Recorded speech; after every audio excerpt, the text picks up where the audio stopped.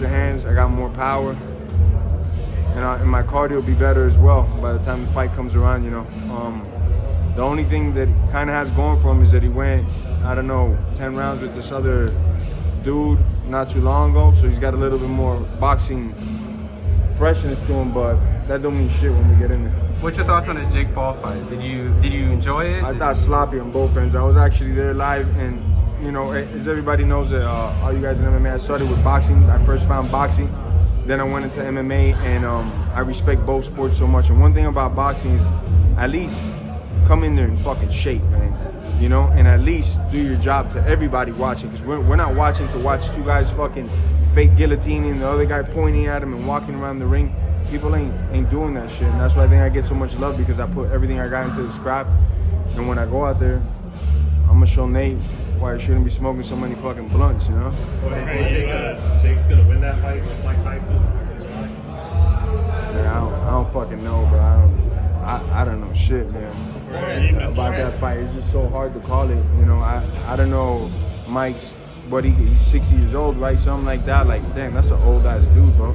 You know, and I'm not trying to rank on Jake, because shit, if you're getting a bag for it, you know, what could you do? It's just, I heard it's with 16 ounces, then I heard it's not with, I don't know, there's so many things going on with it. I don't know what to say. They're trying to push to make it like a full fight, not an exhibition. Yeah, so I couldn't even call it, you know. But obviously, if it's 16 ounces, it's gonna lean more towards Jake. No, I don't even know, man, what to think. You mentioned the game plan a little bit for the fight. What about the game plan for this tour that you guys are doing here? Like, are you gonna try to get under his skin a little bit today so that carries over, and by the end of this, maybe like he's a little emotional going into the fight? My plan is just to say facts, nothing but facts. Since the moment I sit in that chair, facts that I could prove up with contracts and paperwork and show the whole world, if anybody's got questions on it, why I'm so fucking upset, you know, because this fight could have took place way longer, you know. And you know, Nate Diaz is a fucking diva, you know. Do you feel that he thinks he's bigger than he actually is compared to you? Oh, he definitely thinks he's bigger than me. He thinks he's fucking Bruce Lee and King Kong's son, you know, if they fucking made it, you know. And that's awesome, man. That's good for him to think that, you know.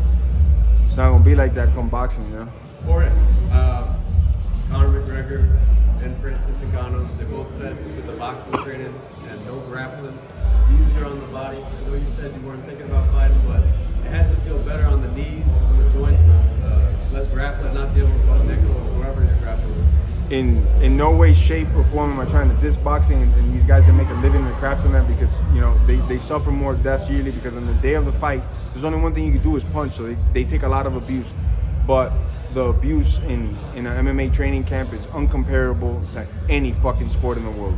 Football, soccer, basketball, boxing, there's nothing that compares to it. There's nothing like wrestling 2 hours in the morning, all out with somebody, then doing some quick conditioning, then your coach comes and checks your weight and tells you got another 30 minutes to go run, then you go home, rest, relax, then you got a pad session at night, then Tuesday morning you sparring, and Tuesday night you got fucking weightlifting, and then Wednesday you got fucking sparring again, and then you got running. It's just different, you know. Here it's a lot less of a grind, especially for the injuries that I've had.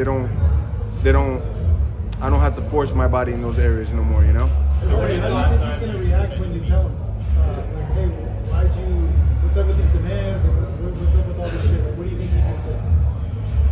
I'm eager to see, man. I'm eager to see what the fuck he's gonna say, man. You know, I want to find out just like you, man. Like, you that much of a diva, or what the fuck? You know, you want to fight or what? The last time you fought Nate Diaz, you had Roberto Duran there with you and MSG. Say the first part again? The last time you fought Nate and MSG, you had Roberto Duran there. And yes. This is something that you eyebrows going on. Is he going to be coming to this fight? 100%. This is boxing, man. 100% I'm walking out with Roberto Duran. He'll be there ringside, sitting, enjoying the seats. You know, shout out to Roberto. He just got a pacemaker and he's doing fucking amazing. I was scared for a little bit. I was talking to his daughters and his kids. He's doing great. He'll definitely be at my fight 100%. Say it again? You're going to get some pointers for your return to the ring? We're going to bring him out maybe like 2-3 weeks before the fight. You know, we're waiting for him to heal up and get a little better, and we're bringing him out. This has been like a dream of mine forever, to just have him with me, working out, giving me pointers, as you said, and just fucking showing me boxing his way, you know, because he is one of my favorite guys, not just for his attitude, how he carried himself in and out of the ring, but his style and how he implicated stuff, and how he like grappled to punch and punch to grapple. So I love his style, man. Obviously, right now. Some of my favorite boxing, I love Terrence because he goes out there and fucking lays it on the line. You know, you're such a fucking #1 champion stud, and you're putting it all on the line. You're fighting the best guys, and then you're trying to knock them out. That is like, that's the shit for me. The Japanese monster's a fucking beast. Joseph Benavidez a beast. Obviously Canelo.